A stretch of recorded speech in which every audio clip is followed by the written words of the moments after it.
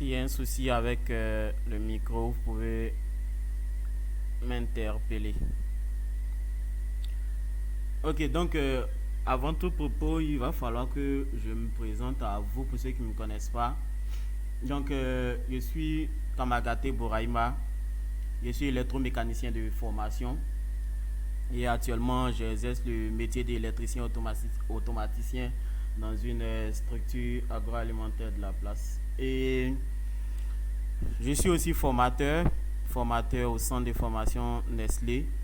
Je forme sur les robots à bras, je forme en pneumatique, en hydraulique, en capteur également. Et j'ai décidé de mettre Electrical Software Training en place parce que dans notre système d'éducation, on ne nous forme vraiment pas sur les logiciels. Donc, quand on quitte à l'école et qu'on arrive, c'est difficile pour nous de s'adapter au monde du logiciel. Donc, j'ai décidé de mettre cette structure en place pour que on forme ceux qui souhaitent se faire former en logiciel et sur d'autres également, sur toutes sortes de logiciels dont vous avez en tête qui n'est pas mentionné dans notre catalogue. Donc, on a créé notre structure en septembre 2022 et la première formation a eu lieu le 8 octobre 2022 et on a fait la formation sur Dialus. Dialus également, c'est un logiciel qui permet de faire la simulation des luminaires, qu'on va voir ça devant. C'est notre première formation qu'on a eu à faire. Et après cette formation, on a souhaité lancer la formation Caneco BT. Mais bon, j'ai décidé de le faire avec tout le monde parce que le sec était un peu restreint. C'était entre amis et quelques connaissances avec qui on avait fait Dialus. Donc il n'y a pas eu pas mal de personnes, mais j'ai décidé cette fois-ci de faire Caneco BT ou Fluid Sim. C'était un choix parce que c'est deux logiciels. Il faut savoir, il faut vraiment faire des questionnaires, voir qui est partant pour Caneco BT, qui est partant pour Fluid Sim. Dans tous les cas, les deux logiciels, on doit le faire, mais c'est lequel des logiciels on doit plus faire. Et vu la demande aussi de techniciens, qu'on lance actuellement les formations, les tests également sur l'électricité, on demande toujours cette compétence de Caneco BT. Et là, on m'a approché pour me savoir si c'était possible parce que plein d'hommes ne savaient pas comment avoir le logiciel d'abord, comment avoir le logiciel de Caneco BT et c'est quoi même, qu'est-ce qu'on peut faire avec Caneco BT. Voilà, donc aujourd'hui, on va également essayer de voir. Donc voici un peu ma présentation. Mon numéro également, je vous communique à la fin de ce webinaire. Donc, on va voir notre mission et on va voir les catalogues de formation, tout notre logiciel qu'on a jusqu'au jour d'aujourd'hui. Et Caneco BT, pourquoi nous sommes là aujourd'hui, c'est de parler de Caneco BT et de Fluid Sim. Et on va pratiquer sur les logiciels, on va faire l'ouverture des logiciels, on va faire des TD sur les deux logiciels pour qu'on puisse comprendre leur importance. Et on va finir avec la conclusion et j'ai resté jusqu'à la conclusion, il y a une surprise jusqu'à la fin pour vous permettre d'avoir ces logiciels-là et de vous entraîner également. Donc, l'industrie 4.0 aujourd'hui, en 2023, actuellement nous parlons plutôt de l'industrie 5.0. Mais l'industrie 5.0 est arrivée en fin novembre et début décembre avec l'arrivée des chat GPT, les IA. C'est à ce moment qu'on a parlé de l'industrie. On pense à l'industrie 5.0. Mais jusqu'à aujourd'hui, toutes les usines ne sont pas encore adaptées à l'industrie. D'autres sont encore dans l'industrie 4.0. Mais c'est quoi ce thème industrie 4.0, industrie 1.0? Tout a débuté en 1700 avec l'industrie quand on est arrivé avec l'industrialisation. Tout a débuté en 1700 avec la mécanisation. On a pris les usines avec beaucoup de machines à vapeur, beaucoup de pièces mécaniques qu'on a débuté l'industrialisation. Et c'était en 1700, ça a commencé. Et en 1800, on arrive avec l'électricité et on va passer maintenant à l'industrie 2.0 où on n'a vraiment pas automatisé nos chaînes de production, mais on utilisait plus de contacteurs à cette étape-là pour pouvoir vraiment utiliser. C'est là où on a parlé des démarrages, un sens de marche, deux sens de marche, pour pouvoir utiliser les contacteurs, pour pouvoir vraiment, si je dois appeler ça, semi-automatiser notre système industriel. Donc, on est arrivé à l'industrie 2.0 en 1800. Et on passe à l'industrie 3.0 en 1900, avec, si vous avez connaissez un peu la petite leçon de la guerre des courants, la bataille des courants qui a eu lieu entre Thomas Edison et Nikola Tesla. Cela a commencé en 1890, voilà, début 1900. C'est ça, cette bataille a commencé. Parce que Thomas Edison était arrivé avec le système de l'utilisation du courant continu. Après, vous pouvez voir un peu l'histoire sur le net également. C'est Thomas Edison qui était partisan du courant continu qui est arrivé avec son système de courant continu. Parce qu'on passe maintenant à l'industrie 3.0. Il faut utiliser des automates, il faut utiliser des onduleurs. Et donc, du coup, on passe à l'électronique. Et qui parle d'électronique parle de courant faible. Et qui parle de courant faible va parler de courant continu. Et là, Thomas Edison vient avec l'idée du courant continu.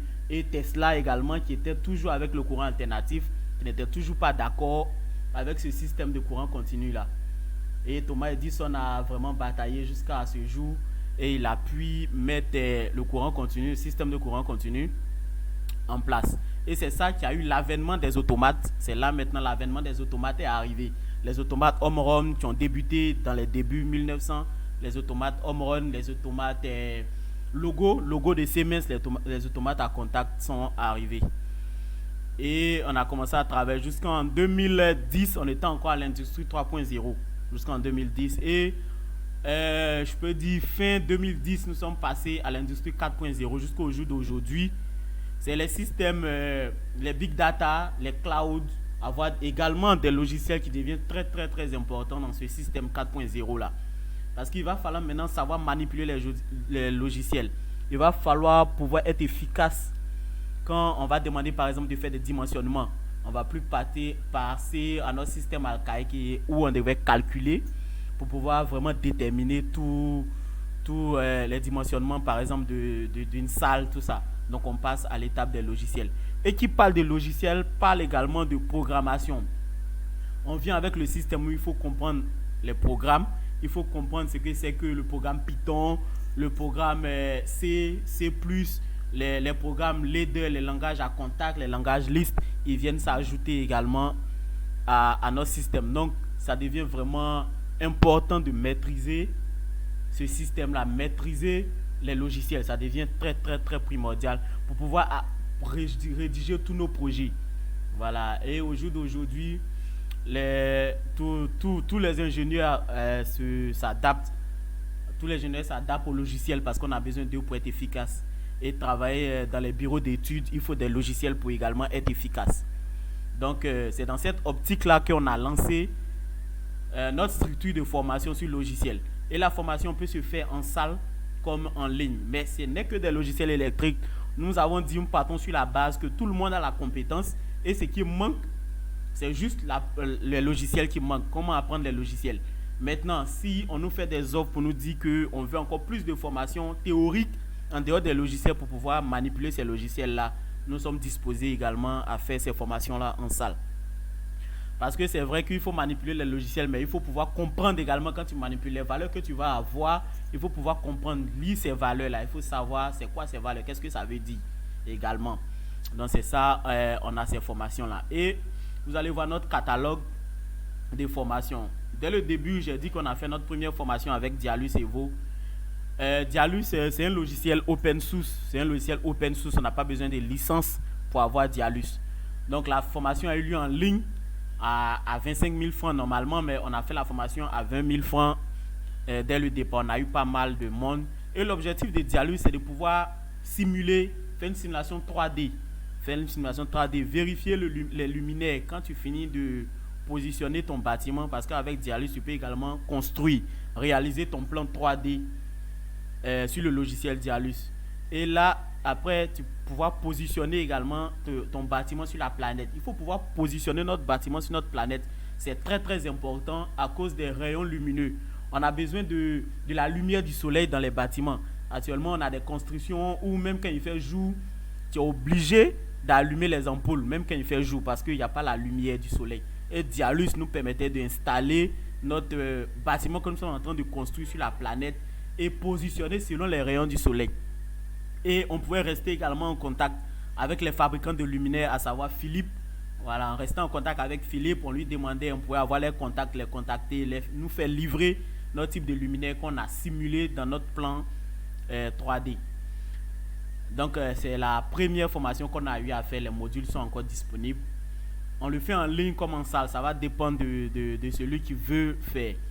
Et on a encore fait AutoCAD.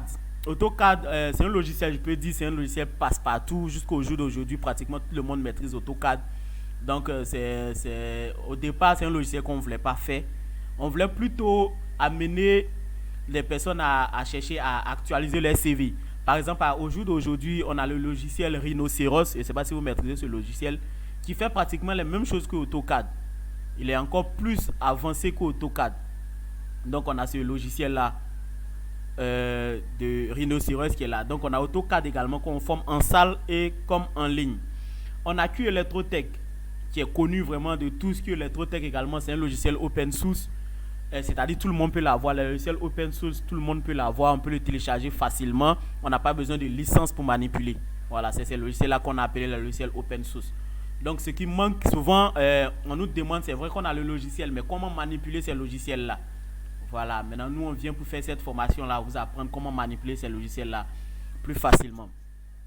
Et on a Schemapli. Schemapli, c'est un logiciel qui a besoin de licence également. Donc, nous fournissons ces logiciels-là avec la licence, une licence à vie. Pour pouvoir simuler également les schémas électriques avec Schemapli, c'est très, très, très important. Et je pense qu'on aura l'occasion de faire un webinaire également sur Schemapli. Et nous avons Proteus. 8 points Proteus que vous maîtrisez bien, c'est un logiciel électronique qu'on utilise plus dans le système électronique. Proteus, on l'utilise pour faire la simulation, également pour réaliser, pour faire même les conceptions 3D. Et cette formation également, elle est disponible en salle comme en ligne, ça dépend de l'apprenant. On a aussi PV System. PV System, c'est un logiciel de photovoltaïque, un logiciel d'énergie solaire, un logiciel de photovoltaïque qui va nous permettre également de faire des dimensionnements, de simuler notre système également avant d'aller poser chez le client. Donc PV System également est un logiciel. On a besoin également de licence avec PV System également. Et ce qui nous intéresse aujourd'hui, c'est Kaneko BT. Et on va voir aujourd'hui, on va comprendre l'environnement de travail ensemble avec Kaneko BT, voir l'importance même de Kaneko BT et aussi Fluid Sim. Il y a mis Fluid Sim P et H parce que Fluid Sim, c'est deux logiciels. Il y a le côté pneumatique et le côté hydraulique. Donc les deux logiciels ne sont pas combinés. C'est deux logiciels de part et d'autre. Il y a le logiciel Fluid Sim pneumatique à part et le logiciel hydraulique, Fluid Sim hydraulique à part. Ça va nous permettre également de simuler, de comprendre même c'est quoi l'hydraulique ou la pneumatique, de voir comment les actionneurs, les préactionneurs se déplacent. Avec ce logiciel-là, c'est vraiment un logiciel d'enseignement. Ça nous permet de simuler, de comprendre c'est quoi la pneumatique et c'est quoi l'hydraulique. Donc, voici un peu notre catalogue de formation. Et on a d'autres logiciels que je n'ai pas encore ajoutés, comme le logiciel TIA Portal. TIA Portal, le logiciel Factory.io. TIA Portal, c'est pour l'automatisme. C'est un logiciel qui est costaud, qui coûte encore cher, vraiment cher. Et lui, il est là. On fait également des formations dessus et les formations sur Factory.io également. Donc, voici un peu présenté notre catalogue de formations. Et Kaneko BT, c'est quoi? C'est un logiciel qui va nous permettre de calculer, dimensionner des circuits. C'est très, très important. Si tu reçois un client qui te dit, bon, lui veut installer des machines, il te montre son hangar, un bâtiment, et il te demande de faire les dimensionnements. Kaneko BT va être très efficace dans le dimensionnement de nos circuits. Et il va nous proposer, à savoir le type de disjoncteur, par exemple, qu'on souhaite utiliser. On peut le faire également avec Kaneko BT. Il va nous permettre de faire les schémas électriques de puissance. Et oui, Kaneko BT fait que les schémas électriques de puissance et les schémas unifilaires. On ne peut pas faire des schémas de commande avec Kaneko BT. Donc, il va falloir qu'on soit d'accord avec ça avant de débuter. Et nomenclature chiffrée. Également, quand tu vas finir de faire ta conception sur Kaneko BT, celui qui doit aller peut-être câbler, faire du câblage, il doit vraiment connaître les numéros, il doit pouvoir savoir de quel bornier tu parles, de quel bornier il s'agit avant de faire le câblage. Parce que toi, tu peux finir et tu vas lui donner que le document. Parce que quand on finit avec Kaneko BT, on soit avec un document et qu'on peut donner soit à, si tu es dans le bureau d'études par exemple, tu vas donner à le technicien qui doit aller faire le câblage. Quand toi tu finis de faire la simulation et que tu as toutes les valeurs, la personne qui doit aller câbler, c'est peut-être le technicien. Donc, tu dois pouvoir faire vraiment réussir la nomenclature chiffrée pour que ce technicien-là puisse câbler sans vraiment faire trop de recherches. Donc c'est ce que Kaneko BT va nous permettre de faire. On va voir ça tout à l'heure. Et Fluid Sim. Fluid Sim, comme je disais, c'est un logiciel qui va nous permettre de simuler notre système pneumatique et hydraulique, va nous permettre de faire des créations, de créer, de manipuler, de comprendre c'est quoi un clapet anti-retour, c'est quoi un limiteur de débit en pneumatique comme en hydraulique. Ça va nous permettre de faire ça. On peut prendre également ce logiciel-là pour enseigner, pour montrer aux gens comment ça se déplace, comment les électrovannes se déplacent, comment les distributeurs se déplacent, la chambre à l'intérieur, comment ça bouge avec Fluid Sim, on peut voir tout ça. Et également faire la simulation. Donc voici un peu présenté et on va passer à la pratique, ce qui est intéressant parce que on fait plus la pratique si l'apprenant ne nous demande pas d'aller expliquer un peu les trucs un peu théoriques, parce qu'on suppose que théoriquement on a appris tout à l'école et maintenant il faut venir pratiquer. Donc si l'apprenant décide qu'on explique encore plus théoriquement avant de passer à la pratique, également on le fait. Donc on va passer à la pratique et si vous avez des questions maintenant, vous pouvez les poser, activez vos micros et les poser. S'il y a des questions,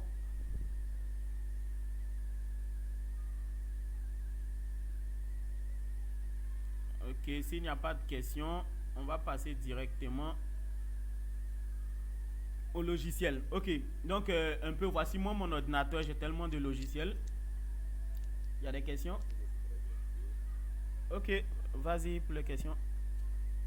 Vous avez parlé de mécanique sert à faire des schémas de puissance. Effectivement. Est-ce qu'on peut avoir le logiciel qui nous permet de faire des schémas de commande? Kaneko BT, c'est un logiciel qui fait que le schéma de puissance. Maintenant, pour avoir le schéma de commande, tu peux utiliser par exemple le logiciel schéma appli ou Q Electrotech pour faire le schéma de commande. Kaneko BT ne fait pas de commande, il fait que la puissance. C'est comme ça que le logiciel a été conçu. Okay. Mais il y a Kaneko BT signifie Kaneko basse tension. Il y a Kaneko BT haute tension également, Kaneko HT. Il est différent de BT. Mais c'est pratiquement même interface. C'est bon? Ok. Ok, donc ok, de rien. Donc on va commencer par Kaneko BT avant de finir avec Fluid Sim. Donc on va lancer le logiciel Kaneko BT. C'est un logiciel avec licence. Oui. Chez Belle, tu as levé la main, je ne sais pas si tu as une question. Si tu as une question, tu peux écrire dans le chat ou activer ton micro en attendant que le logiciel... on arrive au logiciel. D'accord. Tu m'entends? Oui, ça va, tu peux parler. Voilà. En fait, je voulais juste rebondir sur la préoccupation de M. Marc tout à l'heure là. Oui. Qui demandait pourquoi on ne pourrait pas faire de... S'il y avait un autre logiciel pour pouvoir faire le schéma de commande. Est-ce qu'il avait demandé? C'est pour le dimensionnement. Donc, quand on parle de dimensionnement, c'est plus le volet puissance, le choix de l'appareillage côté puissance. Ouais, effectivement. Donc, la commande, elle, généralement, c'est tout ce qui est comme élément qui va permettre de manipuler, si tu veux, de permettre à nos préactionnaires de pouvoir fonctionner correctement. Effectivement. Donc, dans ce sens-là, on ne parle pas de dimensionnement. C'est plutôt quand on est axé sur la puissance qu'on parle de dimensionnement.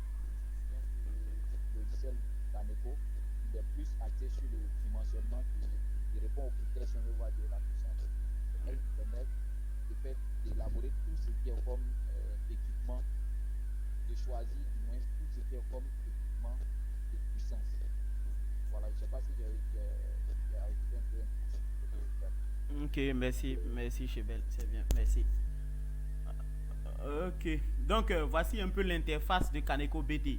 Pour l'instant, vous voyez que tout est grisé parce qu'on n'a pas encore lancé de projet. Donc, quand on ne lance pas de projet, tout est grisé.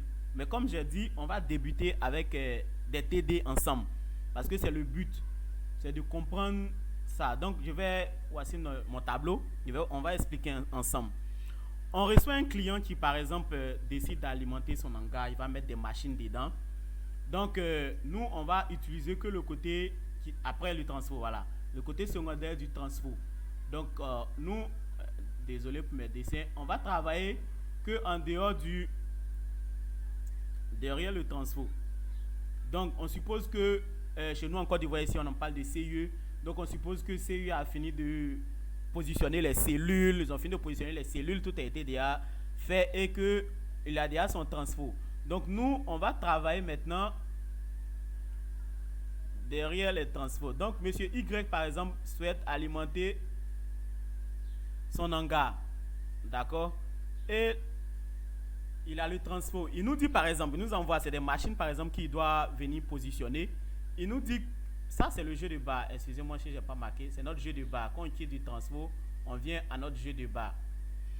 Donc, si M. Y, par exemple, nous dit qu'il a son hangar, il a déjà ce transfo, tout ça, et il veut positionner ses machines, mettre des prises, peut-être du chauffage, mettre des moteurs, et il a besoin que il envoie ton cahier des charges, tout ce que tu dois l'envoyer un document pour qu'il puisse acheter peut-être ses disjoncteurs et autres.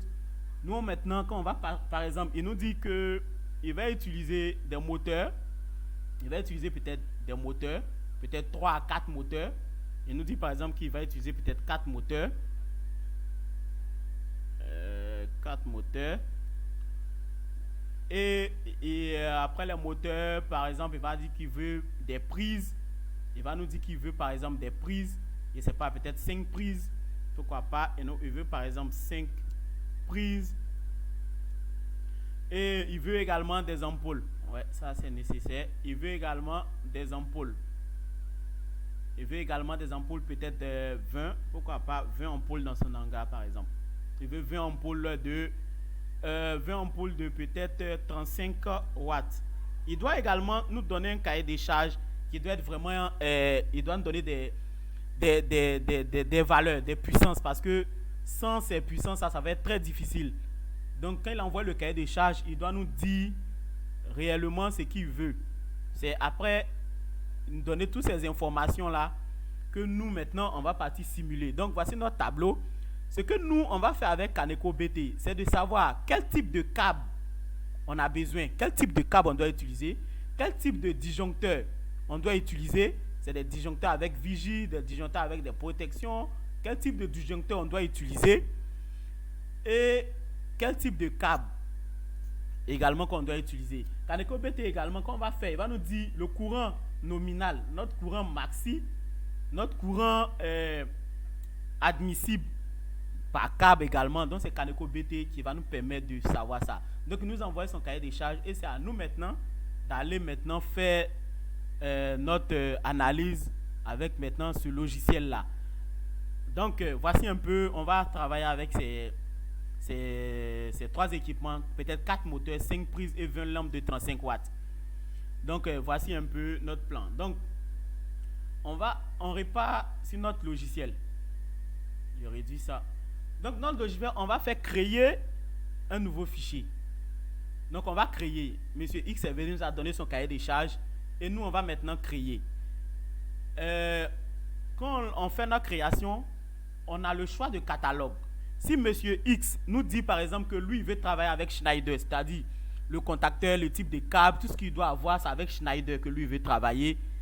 Notre logiciel est paramétré en défaut avec Schneider. Dans le cas contraire, si nous disons que lui il veut travailler par exemple avec ABB ou bien avec ABB ou soit avec Siemens ou bien Le Grand ou Merlin, c'est avec ça. Si c'est lui qui nous impose, si c'est Monsieur X qui nous impose avec qui il veut travailler, quel type de disjoncteur il veut, avec quel type de câble il souhaite, on va changer notre catalogue ici. Il suffit juste de cliquer dessus. Vous cliquez dessus, vous avez ces catalogues là et on clique là et on peut choisir le type de catalogue qu'on souhaite. Ça part de ABB à user.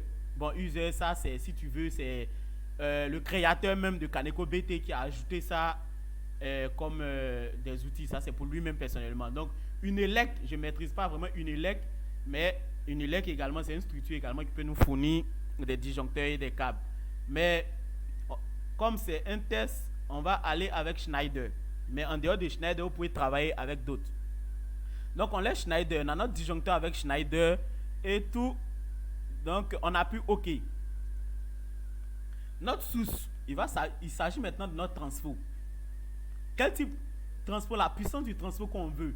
C'est un transfo de 30, de 50, de 100, de 160 kVA. On ne sait pas. Donc, si il a déjà posé le transfo qu'on part, on regarde les paramètres que CIE lui a donné un transfo de... je dis CIE pour ceux qui sont en Côte d'Ivoire parce que c'est la structure qui nous fournit l'électricité en Côte d'Ivoire. Voilà. Maintenant, ceux qui sont dans d'autres pays, je ne sais pas trop. Donc, on nous offre 100 kVA. C'est un transfo, d'accord? Nombre de sources, les sources, la nature, c'est un transfo. On laisse le fichier en caractère et le couplage. Le couplage, on peut changer de couplage. Ça dépend du couplage de transfo qui a été donné. Mais nous, on va partir avec notre couplage standard qu'on connaît, le DYN, triangle primaire, et on a l'Y qui est en étoile, en secondaire avec le neutre. Donc, on a ce type de transfo. Notre fiche de transfo, il est là. On peut également choisir le type de transfo. Mais nous travaillons avec la norme C1500. Ça, c'est la norme électrique. C'est très important avant de débuter. Pour la sécurité, vraiment la sécurité de ton installation, il faut savoir quel type de norme tu vas travailler. Nous sommes plus avec la norme française. Donc, nous travaillons plus avec la norme C15, la norme que vous voyez ici, C1500. Donc, la norme C1500, on va faire recours vraiment à tous les transfos qui sont avec la France. Donc, on va travailler avec cette norme-là. Et on a notre catalogue qui est là. On doit changer, par exemple, le type si vous voulez pouvoir refroidir notre moteur, soit c'est un système à sec ou à huile. Dans notre exercice, on va travailler avec le système à huile. Donc, on va changer avec Drogot, notre catalogue ici. On va prendre ce catalogue français là. UTE 95 NFC 52 102. C'est la norme également française qui régit tout ça, qui va nous permettre de travailler, de refroidir notre moteur avec de l'huile. Si on a trouvé que le transfo, excusez-moi, que c'est envoyé, c'est un transfo qui se refroidit avec l'huile, on a besoin de toutes les informations de notre transfo pour pouvoir faire. Mais dans le cas contraire que c'est un transfo à sec, également on prend à sec. Mais nous, dans notre exemple ici, on va travailler avec le transfo à huile. Donc, voici un peu ce qu'on met sur le transfo, l'information qu'on a sur notre transfo. On va aller au réseau. On est avec la norme C1500. On a notre schéma qui est la liaison à la terre, c'est un TN. On peut choisir le type de liaison à la terre qu'on souhaite. Mais nous, on va choisir TN. Ça dépend de vous. Il y a Ouattara René qui demande s'il y a possibilité d'avoir le logiciel. Effectivement, restez jusqu'à la fin. Je vais vous expliquer comment avoir le logiciel jusqu'à la fin. Vous pouvez avoir le logiciel à la fin. Restez jusqu'à la fin. Donc, comme je disais, on est sur notre réseau. On laisse l'harmonique. On peut changer d'harmonique, mais je vous souhaite de laisser l'harmonique à 15%. C'est vraiment très bien dimensionné à 15%. Et la liaison. La liaison, il s'agit de notre TGBT, de notre transfo à notre TGBT. La longueur du câble qu'on va utiliser de notre transfo à notre TGBT. Donc, on peut partir avec 10 mètres si vous voulez. Et il y a des valeurs qui sont déjà standards que Caneco a déjà mis, à savoir notre température, notre conducteur et le fabricant des câbles. Comme j'ai dit dès le départ, on va utiliser la norme 1500. Donc, on va laisser ce fabricant-là. Sinon, on peut choisir d'autres fabricants. Mais on laisse avec ce fabricant-là. Et quand on finit de renseigner, ça c'est l'information du transfo. Quand on finit de renseigner toutes ces informations-là, on va calculer. Donc, sur notre logiciel, on voit un côté, ils ont mis calcul.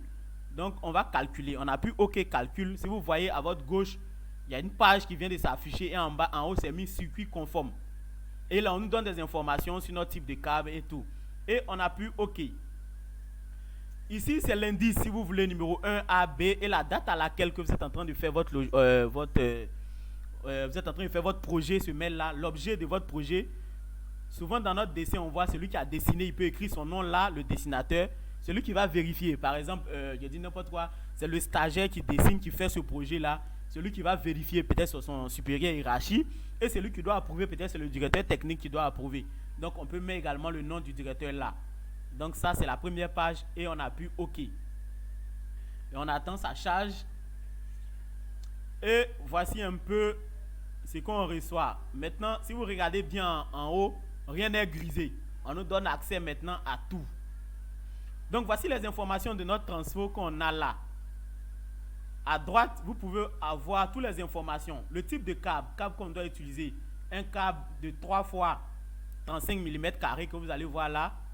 La protection également, c'est 1 fois 35 mm parce que on quitte d'un transfo pour venir au TGBT. Voilà, donc 35 mm c'est nécessaire.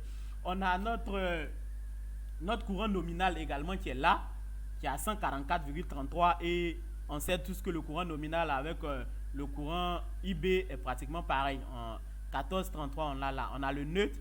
On a notre section, notre STH, section thermique qu'on calcule également, c'est-à-dire la section minimum. C'est-à-dire si on n'a pas utilisé les 35 que le logiciel nous a donné, il nous a dit 35 mm carrés. Si on n'a pas eu ce 35 mm carrés et qu'on doit utiliser autre chose, soit c'est le 26,9 mm carrés. Attends, copie ta question dans le chat, ou soit si on finit après, tu prends la parole. Là, quand on finit de présenter, tu prends la parole, s'il te plaît. Donc, on a toutes ces informations-là qui sont là. Et voici notre transfo qui est également là. Mais je vous conseille de le mettre en unifilaire. Il y a beaucoup de types d'unifilaires. Il y a unifilaire tableau simplifié, unifilaire tableau continu, unifilaire tableau folio. Et ici également, vous avez unifilaire général et unifilaire général détaillé. D'accord? On a ce type d'unifilaire-là. Ça, c'est le type d'unifilaire qu'on a là, qui te met également dans le projet. Mais je souhaite qu'on travaille plus avec ce type d'unifilaire. Je vais zoomer un peu pour que vous puissiez voir. J'ai l'impression que c'est un peu petit. Ok. Comme ça, je pense que c'est bon. Donc, on a ce type d'unifilaire là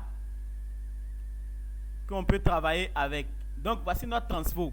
Notre source de transfo qui est là. Et toutes les informations qu'on a sur le transfo qui est là également. Maintenant, comme on disait tout à l'heure, Monsieur Y, après avoir fini tout ça, on a déjà l'information ici. Il souhaite mettre par exemple 4 moteurs, 5 prises et 20 lampes. Donc nous, on va ajouter maintenant les moteurs. On clique juste à côté du transfo et on fait nouveau circuit.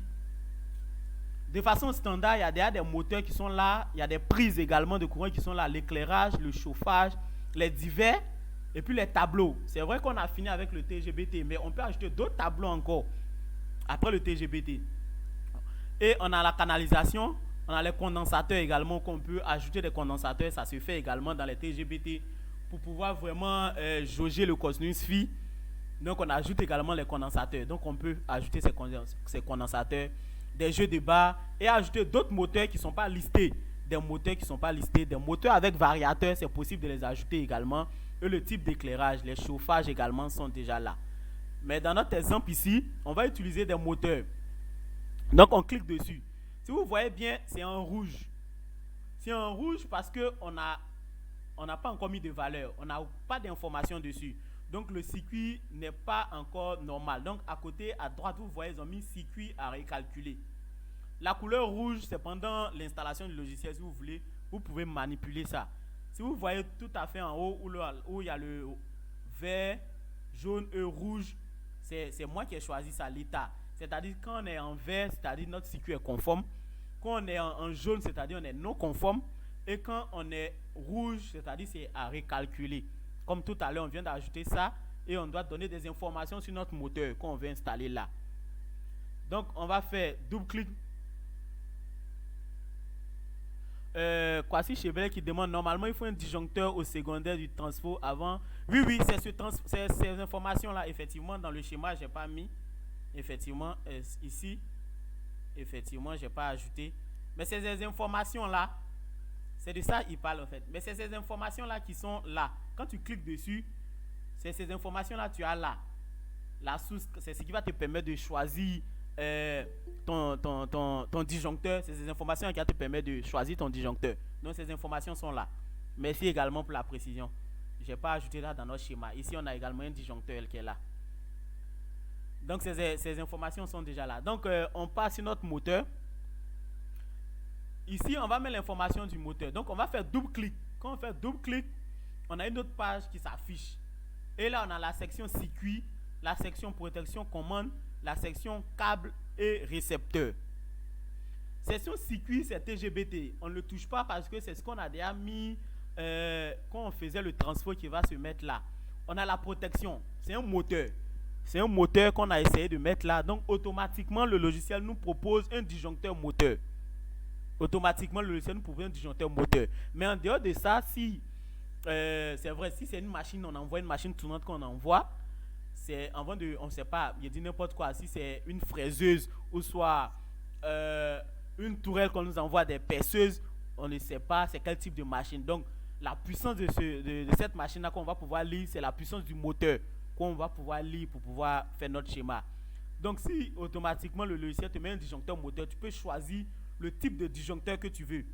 On a des disjoncteurs à fusible, les disjoncteurs à fusible les GG, les AM qu'on connaît de base, les disjoncteurs général, les disjoncteurs C, les disjoncteurs B, les disjoncteurs D également qu'on a.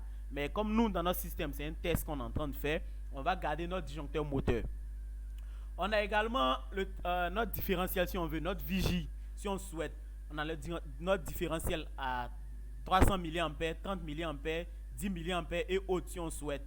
Mais on a un disjoncteur moteur dans notre cas ici. Si on a un disjoncteur moteur, donc c'est plus utile de penser à ajouter un autre vigie également à notre transfo. Voici pourquoi on n'a pas mis d'indice.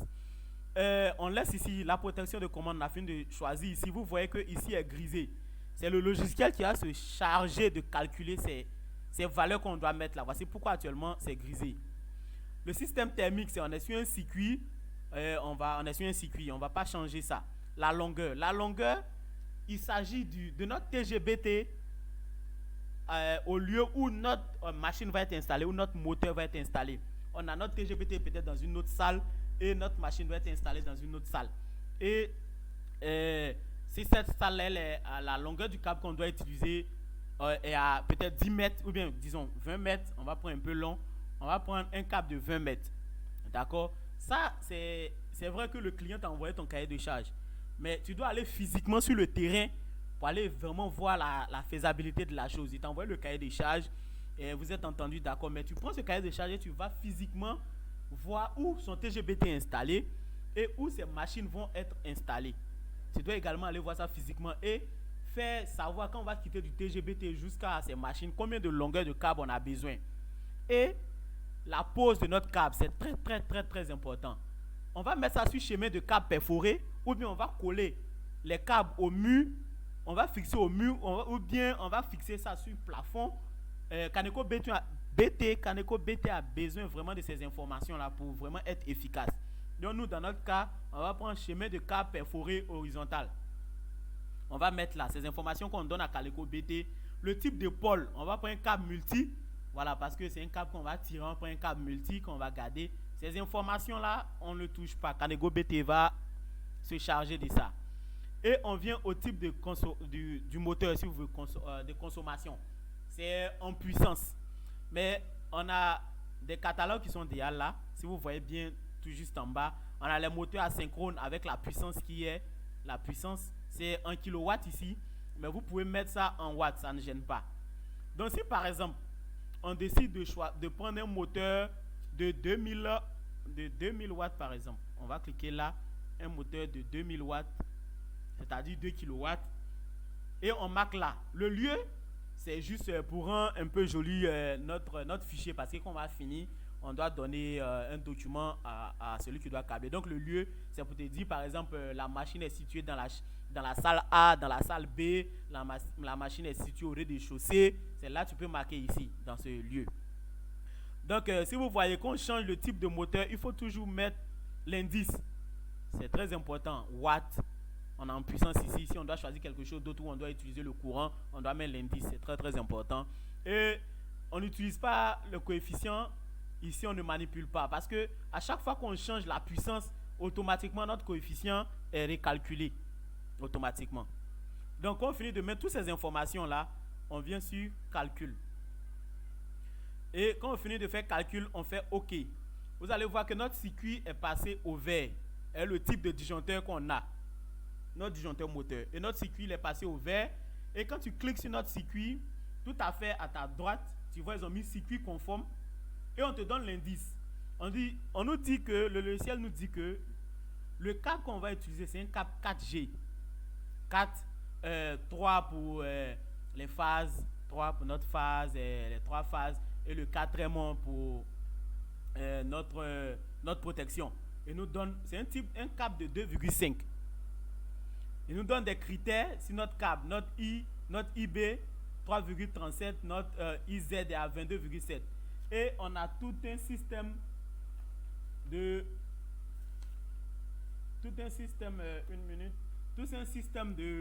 chute de tension que vous pouvez voir ici. Le DU, c'est un circuit DU, il s'agit de notre chute de tension qui est à 0,24 pouces que vous allez voir.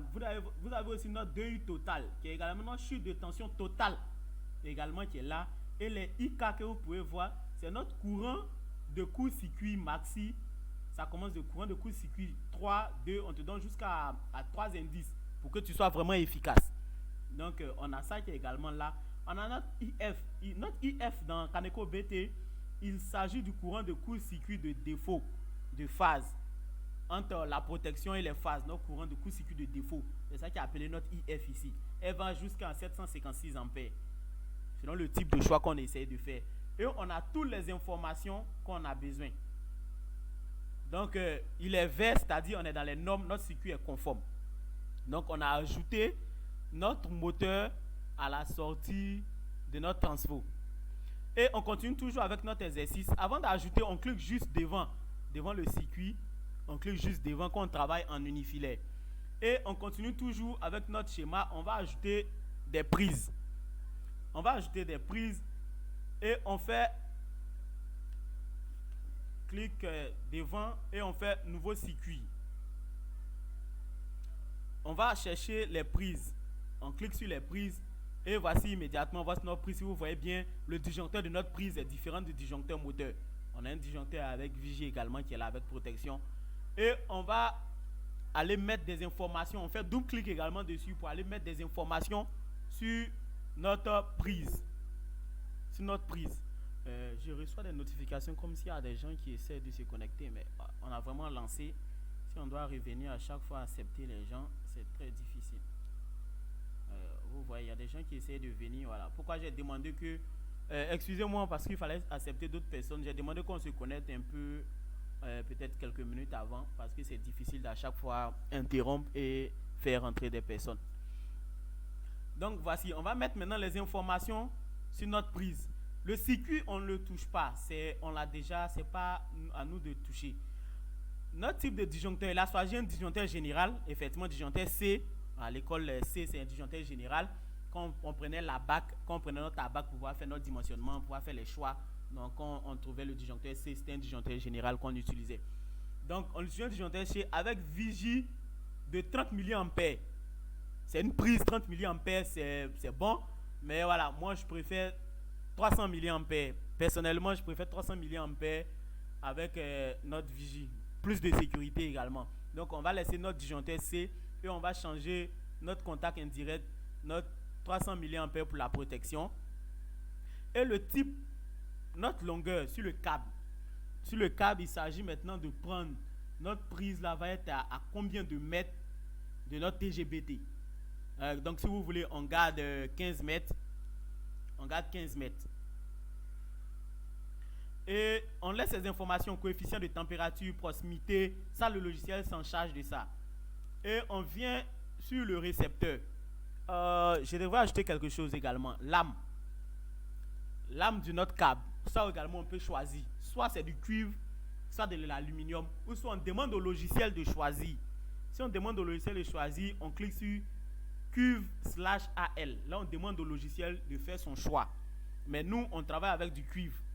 Si j'ai un conseil à donner aussi, si vous êtes vraiment en train de faire dimensionnement, proposez du cuivre à votre client. C'est vrai, ça coûte cher, mais c'est très efficace. C'est mieux que de l'aluminium. Donc, on garde toujours le cuivre. Et on va mettre notre type de...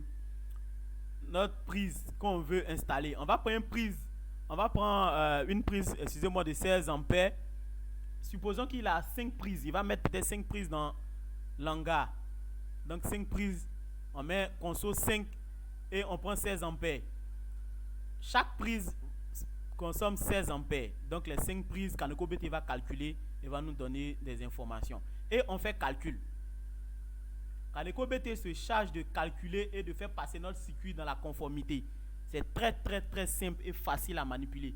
Ça nous évite de vraiment utiliser du paparazzi, prendre des papiers, venir faire des parties, chercher c'est quoi la puissance, venir faire des calculs, venir utiliser la BAC et venir vraiment savoir c'est quel type de disjoncteur tu as besoin.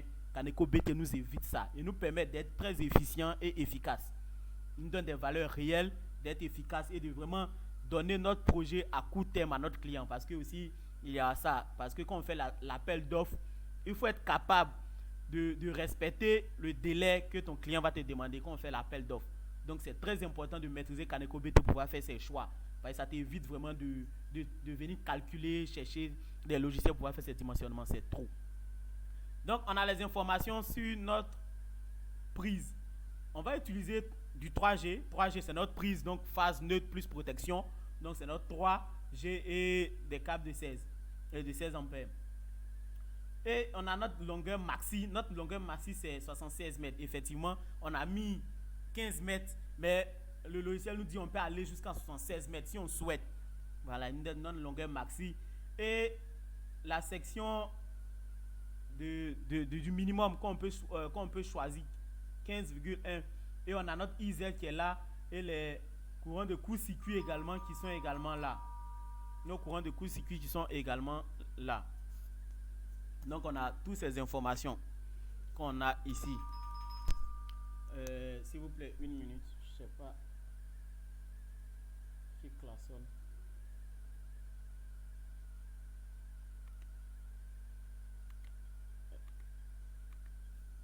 Une minute s'il vous plaît.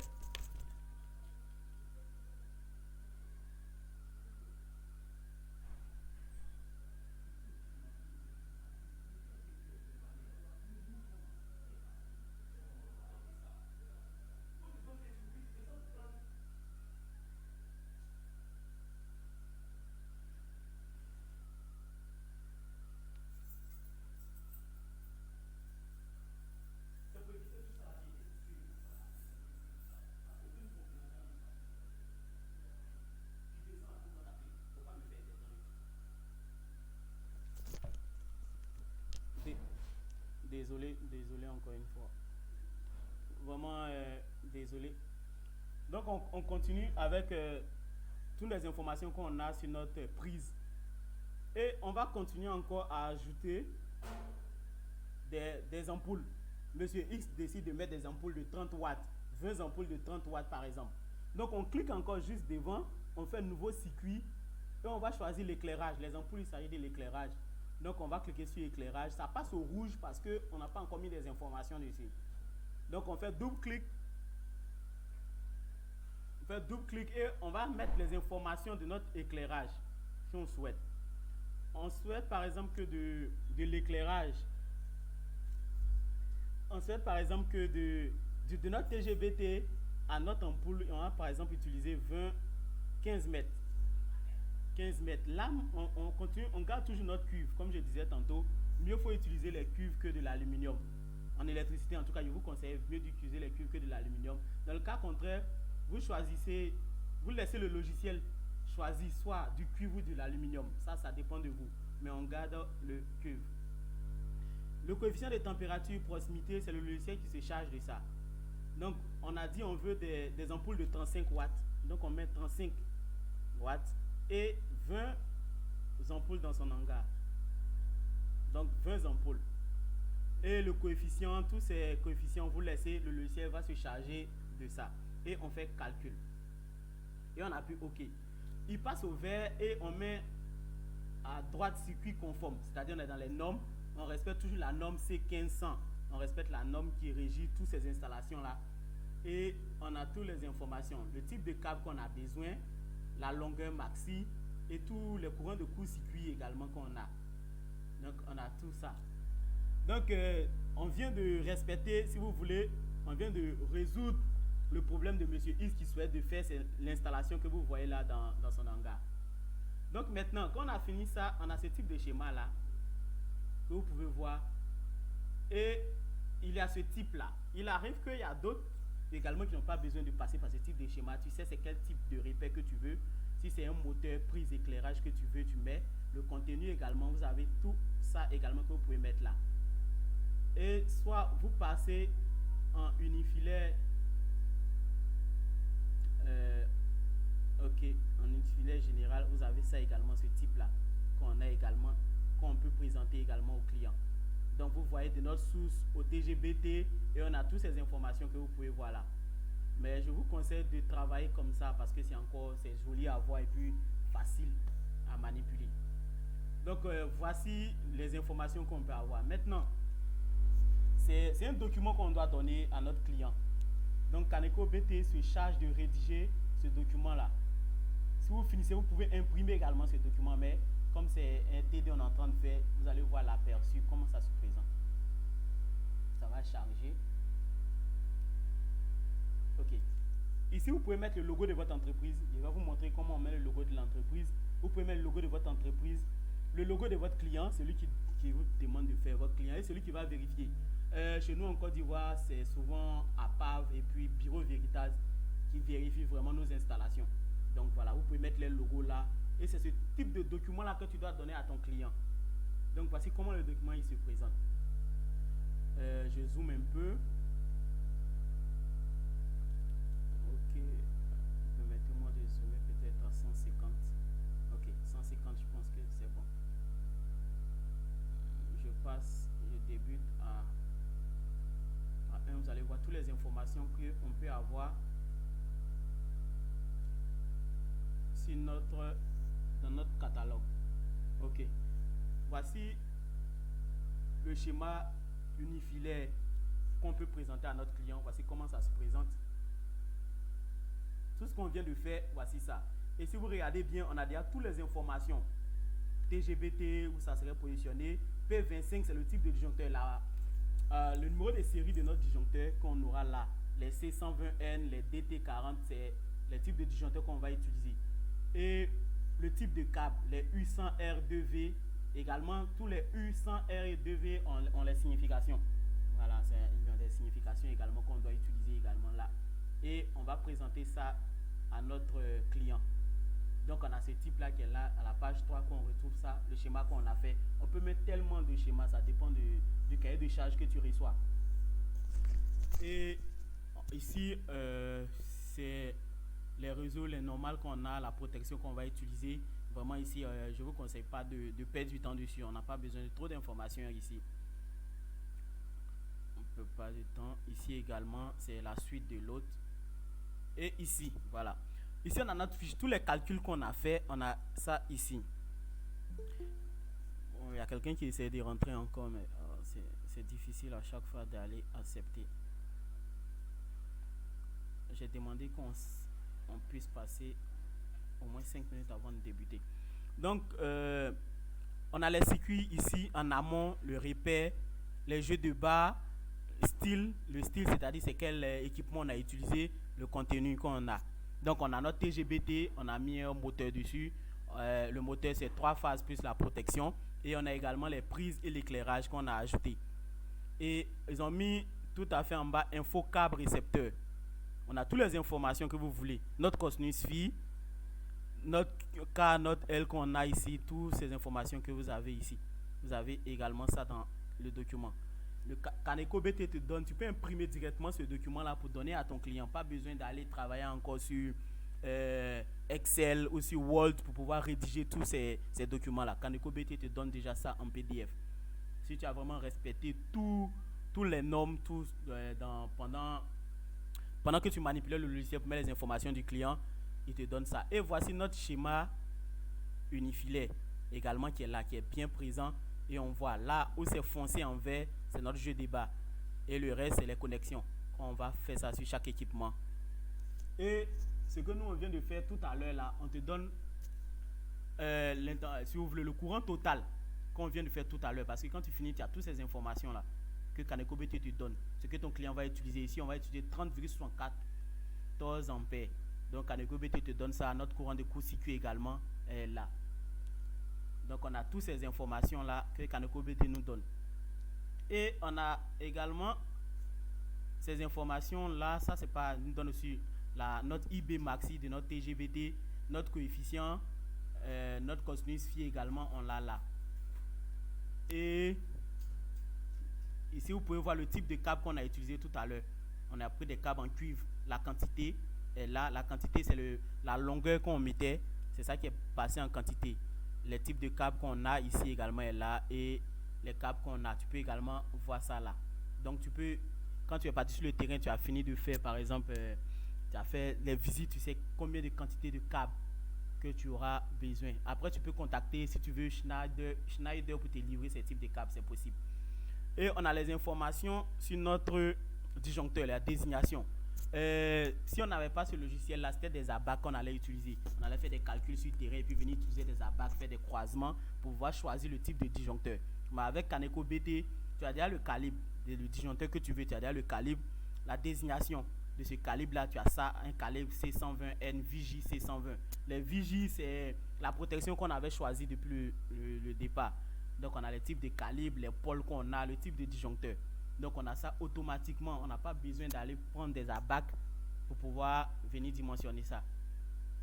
Donc, on a les repères également qui sont là, comme je disais tantôt. Il faut, si c'est au bureau d'études que tu as fait, quand tu finis, tu dois donner à un technicien pour aller câbler. Donc, il faut vraiment faire des repères pour que ce dernier-là puisse se retrouver. Donc, on a également là.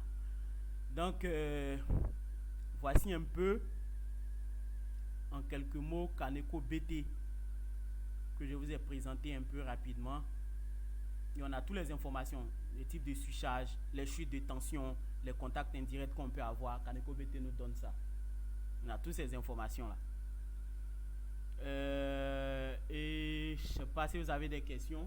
Je vais faire une pause et vous allez poser vos questions.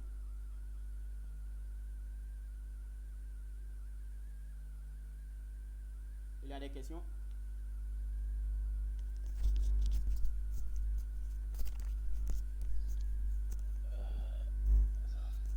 Oui, il y a des questions? Bonjour. Oui, vas-y, pose ta question. Merci pour cette belle présentation. Bon, j'avais une question à propos de la prise. La prise. Vous avez choisi 5 prises. J'ai l'impression qu'au moment où vous choisissez la consommation, vous avez mis 2 fois 16. Vous deux fois 16 là, ça calcule pas tout. Ou bien c'est 16 ampères, chaque prise c'est 16 ampères. Le 2 fois qui est là, le 2 qui est là, c'est de ça que vous parlez, c'est ça? Ok, le 2, il s'agit de 2 dans les prises, on a besoin de la phase et le neutre. Voilà, c'est juste les 2 qui représentent ça. Vous voyez ça juste devant P plus N. Et vous voyez juste devant. Mais si vous voulez aller aussi rapidement, vous pouvez ne pas choisir dans ce cas-là. Tu mets juste 16 ampères, ça passe. Vous pouvez refaire le calcul, vous allez trouver les mêmes résultats. Ça ne gêne pas. Maintenant, pour les moteurs. Oui, pour le moteur. Vous avez choisi 4 moteurs et vous avez mis une consommation de 2000.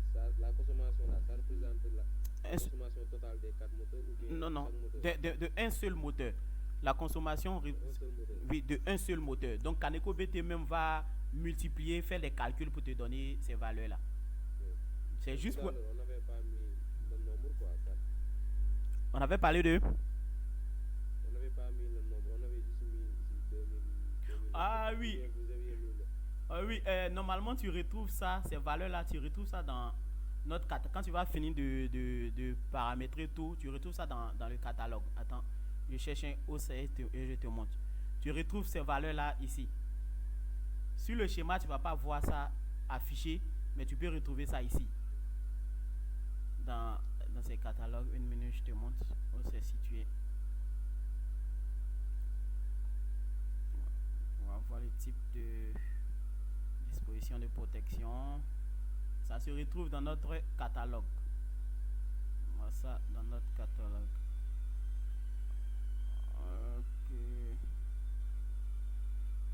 Ok. Ici, c'est notre prise. Et TGBT, notre prise est ici. Tu vas retrouver, c'est la quantité que tu as choisie là-bas. Au départ, j'avais pris 1 également, j'avais dit K. Mais tu retrouves toutes ces informations vont se retrouver dans notre catalogue. On va faire ces calculs-là. Kaneko BT va considérer les 4 moteurs. Donc, il ne va pas utiliser que les 2000 watts, les 2 kW, il ne va pas utiliser que ça. Il va faire ses calculs selon ça. C'est- Mais c'est- on pourrait, par exemple, le circuit, on pourrait représenter intégralement les 4 moteurs. Effectivement, pour représenter par exemple 4, tu pouvais par exemple, tu cliques juste devant, tu fais nouveau circuit, contrôle moteur. Tu vois par exemple, ici par exemple, tout à l'heure, attends, je te remonte encore. Par exemple, si je veux mettre tous les moteurs, j'appuie contrôle qui est sur mon clavier, d'accord? Nouveau circuit et puis par exemple moteur. Tu vois, on a notre fenêtre qui vient de s'afficher ici par exemple, tu vois? Et tu mets par exemple 5, c'est-à-dire tu as besoin de 5 moteurs.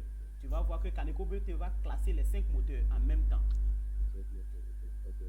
Là, Donc, mettre. vous l'avez optimisé, quoi. Vous avez représenté un seul moteur en mettant le nombre, quoi. Et effectivement, parce que ici, si tu mets les 5 moteurs, c'est-à-dire chaque moteur, tu vas donner l'information de chaque moteur.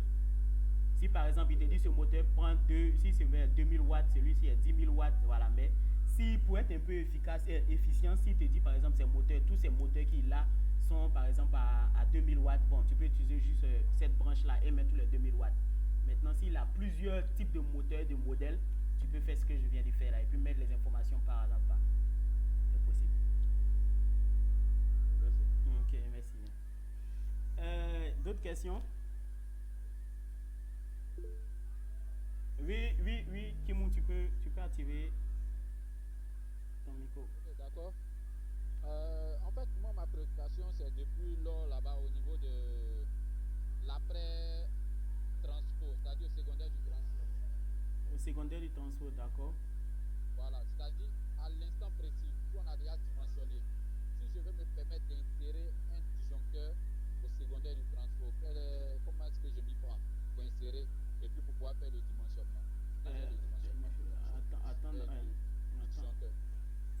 Attends, je pense que. Attends, voilà. On va expliquer avec ce schéma-là, c'est bon? Tu dis au secondaire, par exemple, ici, c'est ça que tu veux parler? Le secondaire du transport, oui. C'est Ici. ça, entre le transport et le jeu de bas. Ok. Ici, normalement, c'est les calculs qu'on a effectués. Premier calcul qu'on a fait dans le moteur, là. Qu'on a mis les informations. Je te montre. Où on a mis les informations ici. Les informations qu'on a mis ici, dans ce tableau, schéma option, qu'on avait débuté depuis le début, qu'on a fait le choix. J'espère que tu vois.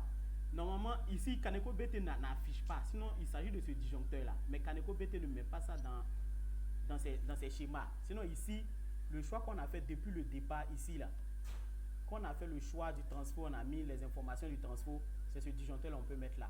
C'est lui, il s'agit de lui. Mais Kaneko BT ne représente pas ça sur ce schéma. Ah, d'accord. Sinon, tu peux mettre. C'est l'information qu'on a là-bas. C'est bon pour tout le monde. Je reste, il y avait une question ou bien ça va? Ma question, tu m'entends? Oui, je t'entends, vas-y. Ok. La question que j'avais, c'était concernant la formation avec les autres logiciels. Je voulais savoir,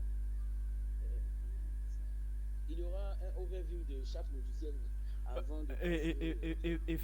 Effectivement, j'ai décidé de faire ça pour donner pratiquement la chance à tout le monde de savoir, de voir au moins l'interface et de comprendre. Et puis si on veut aller au fond encore, de faire la formation. Donc c'est ça, c'est possible. C'était ma question. Ok, merci bien. Donc voici un peu l'interface de notre logiciel. S'il n'y a plus de questions, on va passer au deuxième logiciel qui est Fluid Sim.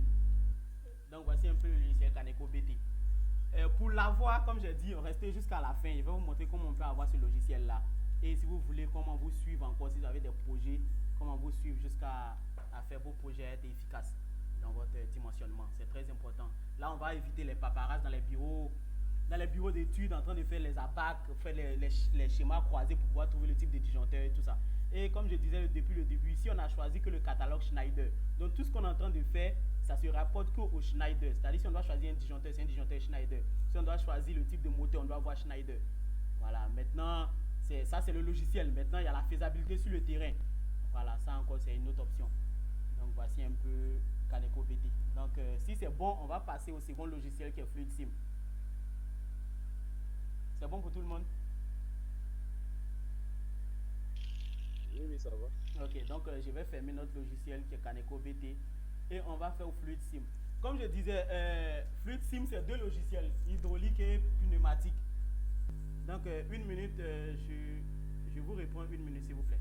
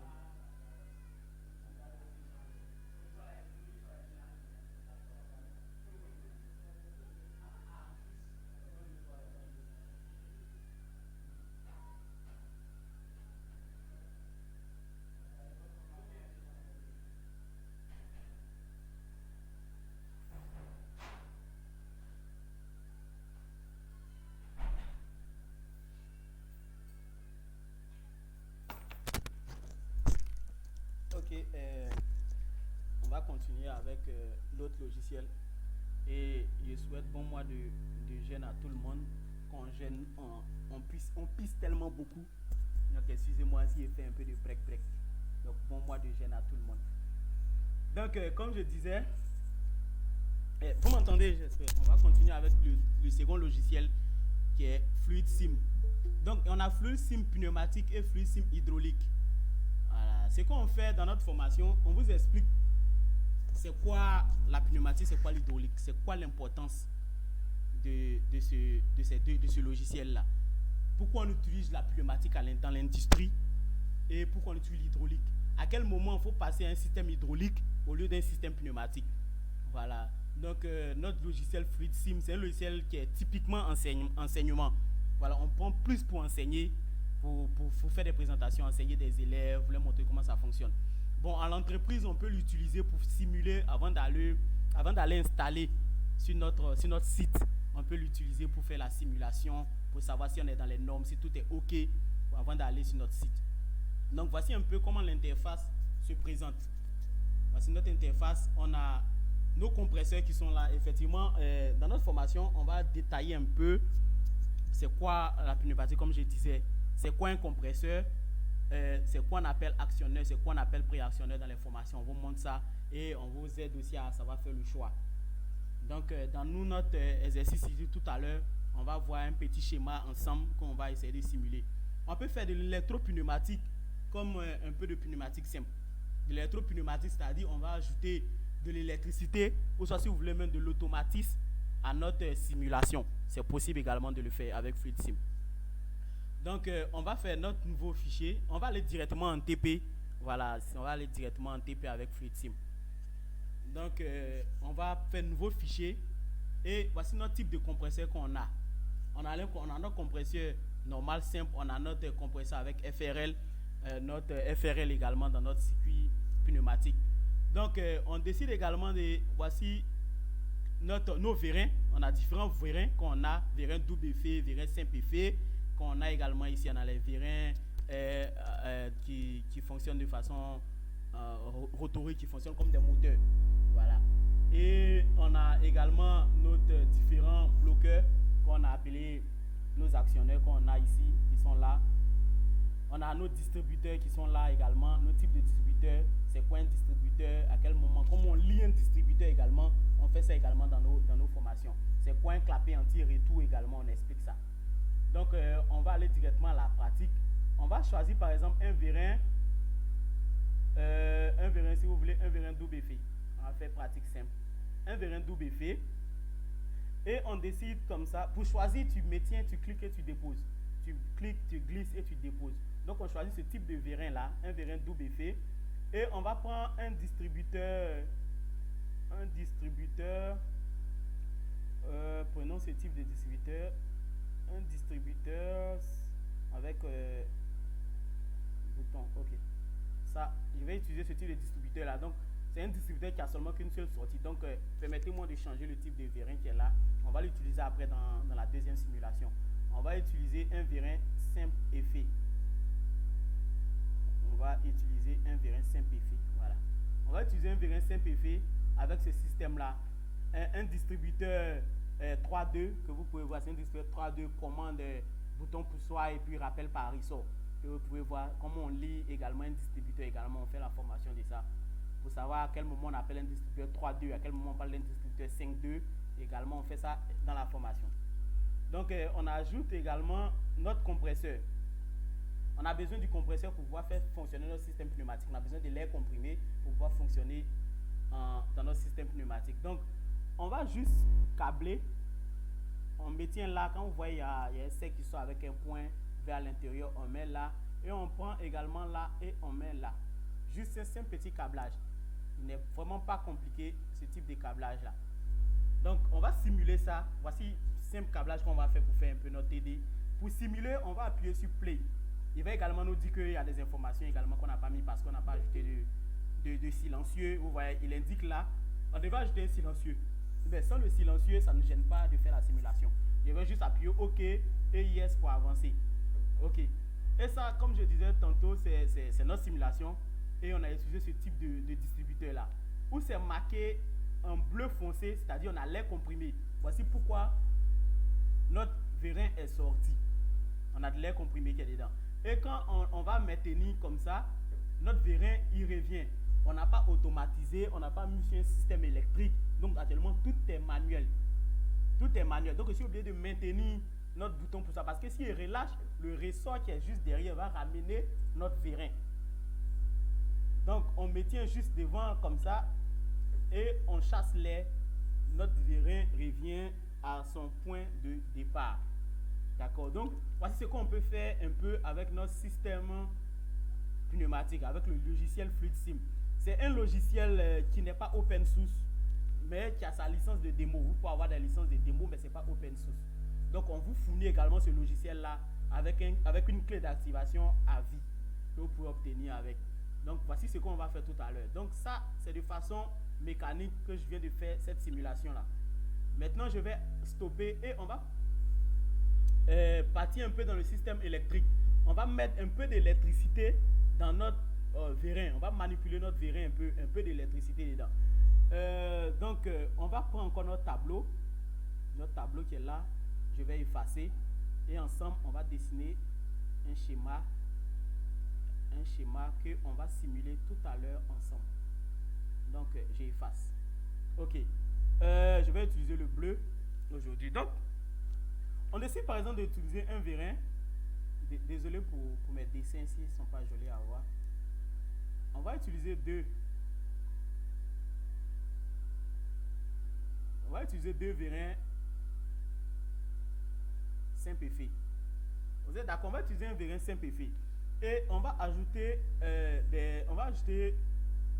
un distributeur. Le distributeur, désolé pour mon schéma, s'il vous plaît. Soyez indulgents. Donc on va utiliser ce type de distributeur là.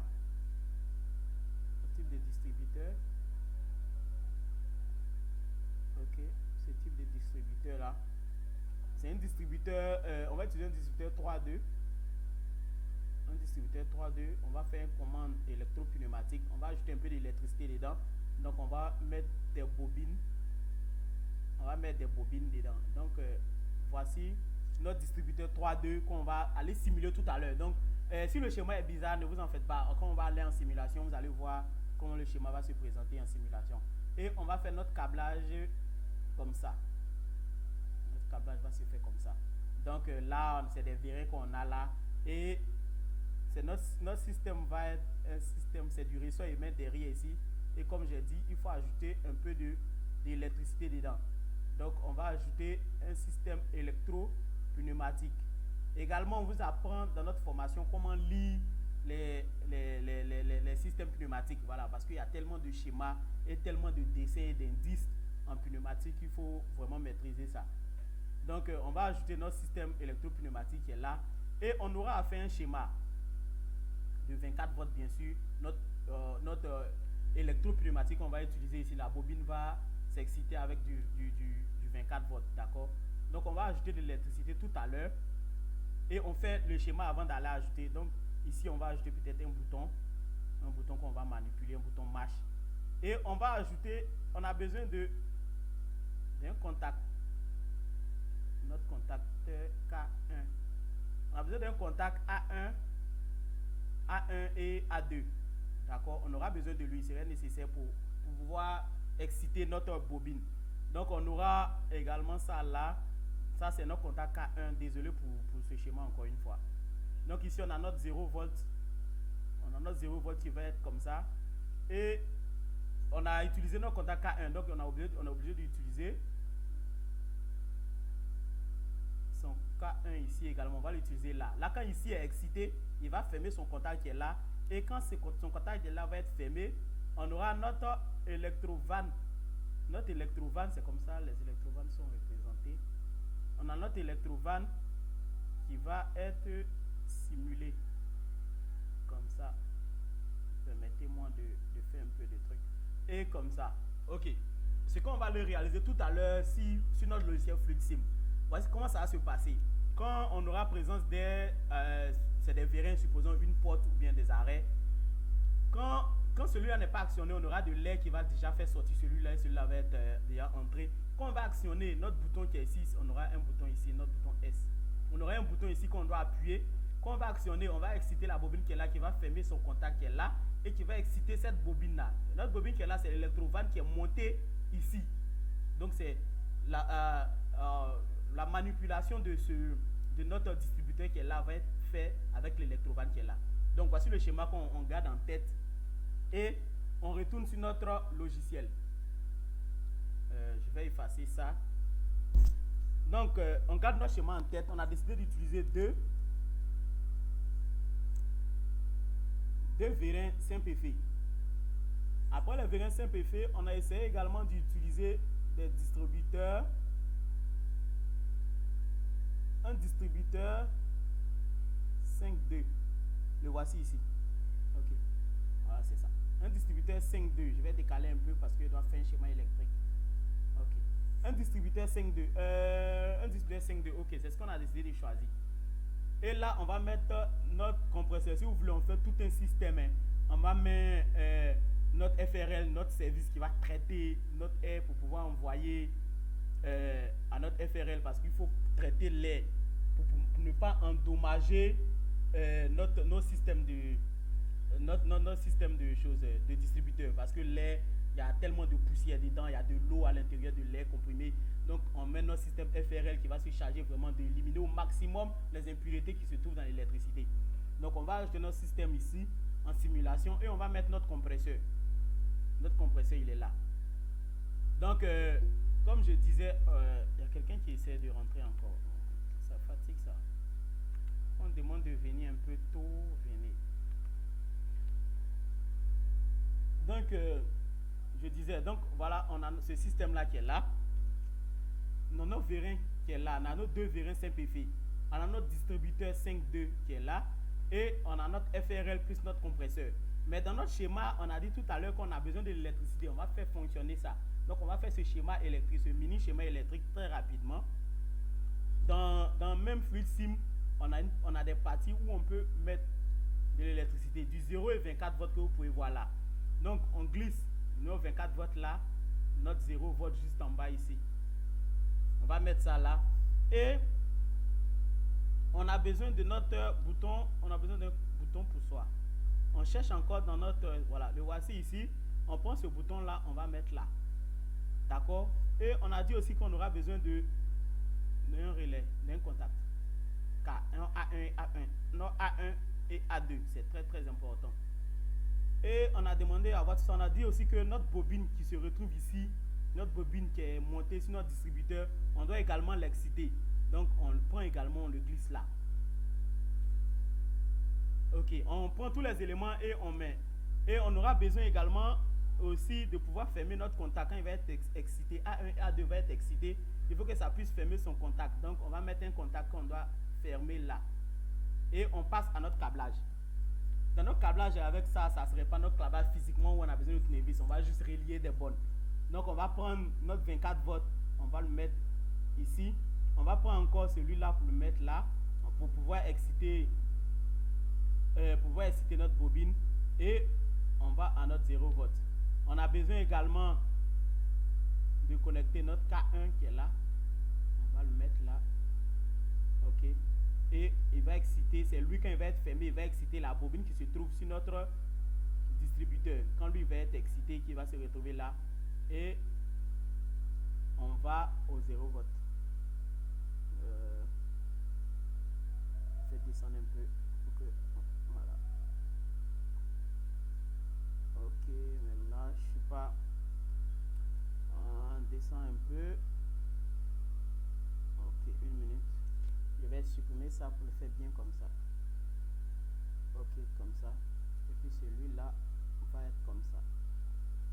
Ok, c'est bon comme ça. Voici un peu notre schéma. Attends, je vois si je peux le faire. Il faut, ouais, en tant que technicien, vraiment l'esthétique chez nous, c'est très primordial. Pour faire un câblage, il faut vraiment l'esthétique.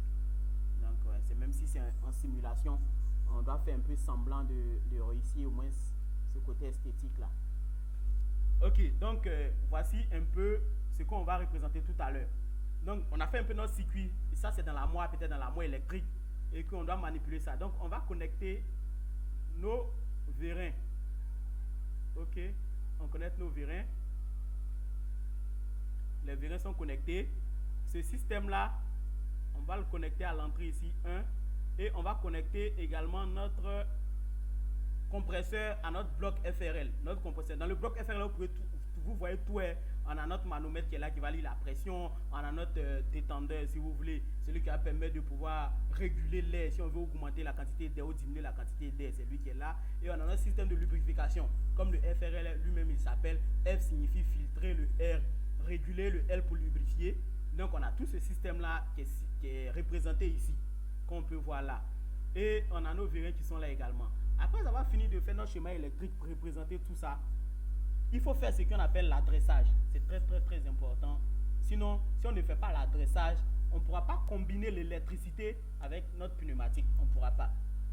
Donc, il faut qu'on puisse faire l'adressage. Donc, l'adressage, c'est rien d'autre que de dire à notre distributeur qui est ici, la bobine qu'il a là, c'est lui qui est là. Donc, il faut pouvoir faire ça. Donc, on va cliquer dessus, clic droit, faire propriété, et on va l'appeler 1Y.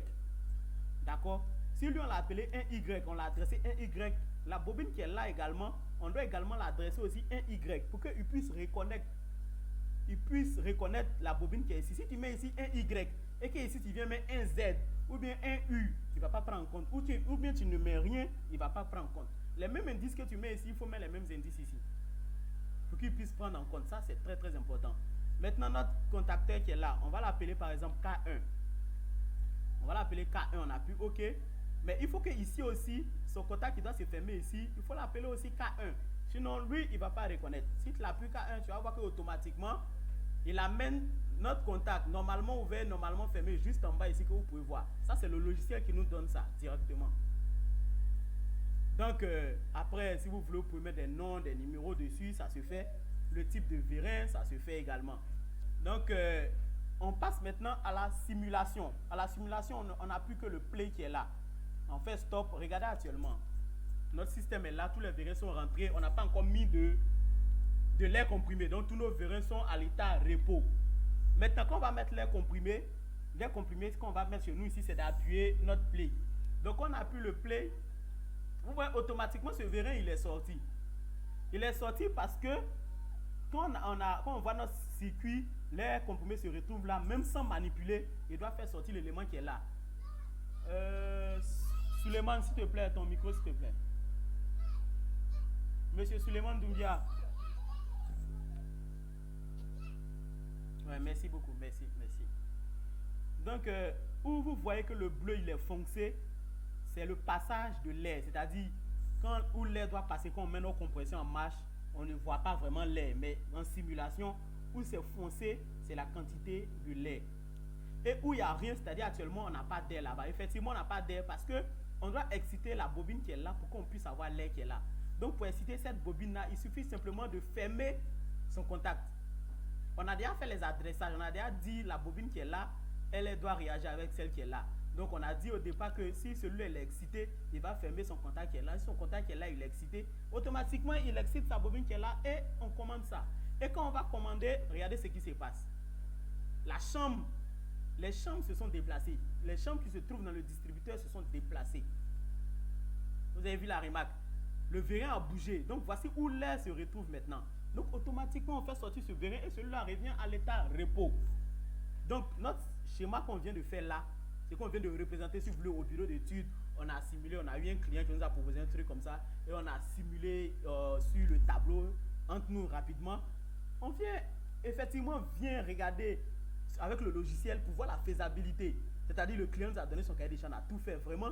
Mais quand on fait la faisabilité, quand on va simuler, voici comment on se retrouve. Effectivement, on peut maintenant donner le rapport au client, on est satisfait, on sait que notre système va marcher. Donc le logiciel actuellement, à l'industrie 4.0, au 21e siècle, c'est très primordial de maîtriser les logiciels électriques.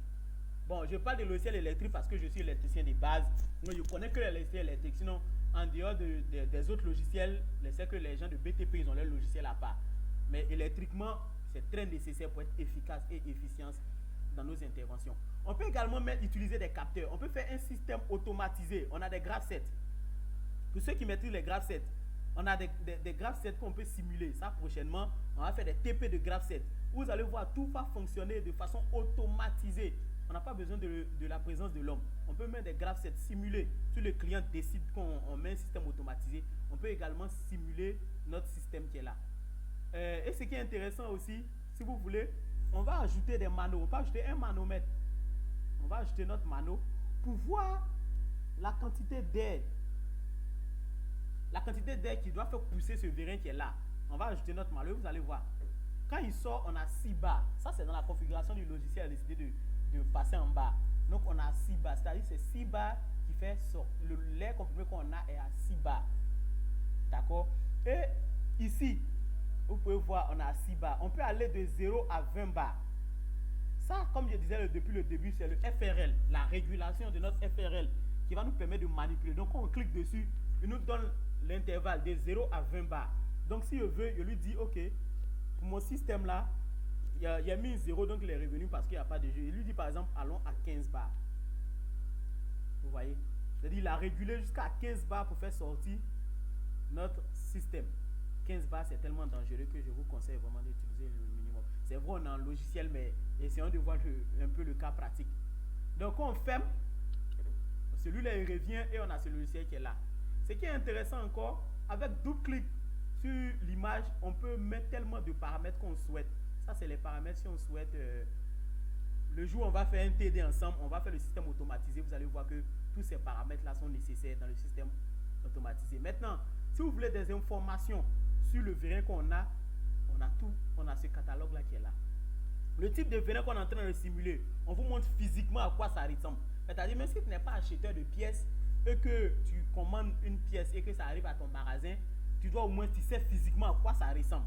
Donc, on a ces informations-là sur nos vérins, à quoi ça ressemble. Donc, quand tu cliques dessus, tu fais juste clic droit. Tu fais par exemple ce distributeur, clic droit, tu fais la description et on te dit, voici à quoi ça ressemble. Ce que tu dois acheter, voici à quoi ça va ressembler. Ce que tu dois aller câbler physiquement sur le terrain, voici à quoi ça va ressembler. Donc, le système te donne ça. C'est vrai que c'est en allemand, pour ceux qui maîtrisent l'allemand. Dans le cas contraire, si tu veux vraiment comprendre ce que ça veut dire, toutes ces définitions-là, tu vas traduire ça. Voilà, donc, voici un peu fluide sim pneumatique. Fluide sim hydraulique, c'est pratiquement pareil. Pneumatique hydraulique, c'est la source d'énergie qui change là-bas. Donc, vous allez retrouver les mêmes. Attends que je ferme et que j'ouvre. Fluide sim hydraulique. Vous allez retrouver les mêmes éléments qu'on a en pneumatique là-bas, à part quelques différences près. Là-bas, c'est l'hydraulique qu'on a. Donc, vous allez voir que vous voyez par exemple ici, notre compresseur, il est foncé. Également, on va vous expliquer pourquoi fluide sim pneumatique, on fonce beaucoup là-bas. Pour pouvoir vraiment s'aligner avec. Donc, si tu as maîtrisé fluide sim pneumatique, tu vas maîtriser fluide sim hydraulique. Ça, il n'y a pas de... Il n'y a pas sorcier dedans. C'est une obligation. Parce que c'est le même système, la même manière de fonctionner. C'est le même le même faiseur de logiciel qui a fait les deux logiciels. Il n'a juste pas combiné parce que ce n'est pas les mêmes sources d'énergie qu'on utilise. Donc, voici un peu 11h30, comme on avait dit dans notre webinaire. C'était de 10h à 11h30. Et par la grâce de Dieu, on a tenu dans le temps. Vous avez des questions, vous pouvez activer vos micros et poser vos questions. Et si vous avez avez des questions également, que vous n'avez pas envie d'activer vos micros, vous pouvez laisser ça dans le chat. Comme je disais depuis le départ, le système il est enregistré. On enregistre notre écran pour tous ceux qui auront besoin de la vidéo après, qui souhaitent avoir la vidéo après, ça se donne. Et avant les questions, comme je disais, il y a une surprise à la fin, notre conclusion. Dans notre catalogue, comme je disais, il y a des prix pour pouvoir faire ces formations-là. Kaneko BT, FluidSim, en ligne, c'est les logiciels. Vraiment, si la personne a déjà des compétences, qui sait déjà c'est quoi l'électricité, il connaît déjà, quand on dit IB, IZ, A en lampé, comme on représente, il connaît déjà ça. Je pense que c'est pas nécessaire de venir en salle, parce qu'en salle, on va faire un peu de cours théoriques avant d'ajouter le logiciel dessus. Mais dans le cas contraire, si tu souhaites faire, ça ne nous gêne pas également. Donc, en ligne, le tarif avec Kaneko BT en ligne avec le logiciel, je vous donne le logiciel avec la clé du logiciel. Normalement, dans la formation normale, elle est à 50 000 francs. Et FluidSim, les deux FluidSim, le logiciel et la clé d'activation également à 30 000 francs. Maintenant, pour ce webinaire, on a décidé de donner le logiciel plus la clé avec 10 heures de formation en ligne. Si vous voulez en ligne, on vous fait 10 heures de formation sur le logiciel avec la clé qu'on vous a donnée et on vous suit.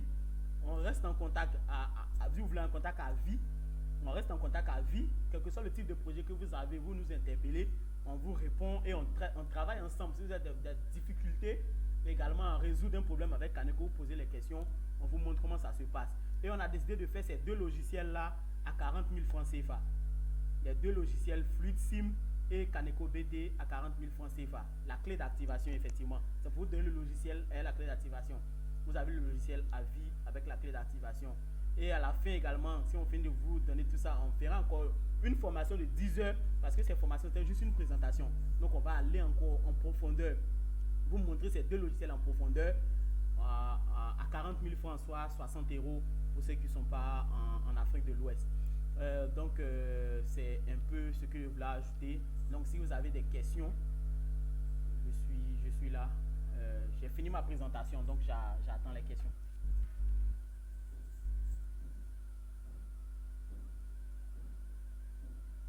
Des questions? Merci, je reste. Des questions, je vais couper le partage écran. Je vais arrêter également l'enregistrement. Je vais couper le partage écran et arrêter également l'enregistrement. Si vous avez des questions, on a fini la formation. Bonjour camarade. Bonjour. Bonjour camarade. Bonjour, tu me reçois. Bonjour. Ah oui, bonjour Doumbia. Oui, ça va. Ouais, ça va chez moi aussi. Bon, je m'excuse pour le retard, mon fils est malade d'ailleurs. D'accord, que Dieu lui donne la santé.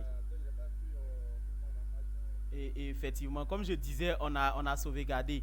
Donc pour tout le monde, on va vous partager pour tous ceux qui souhaitent avoir tout ce qu'on a fait, on va partager. Donc je vais arrêter également le sauvegarde également. Donc avant de poser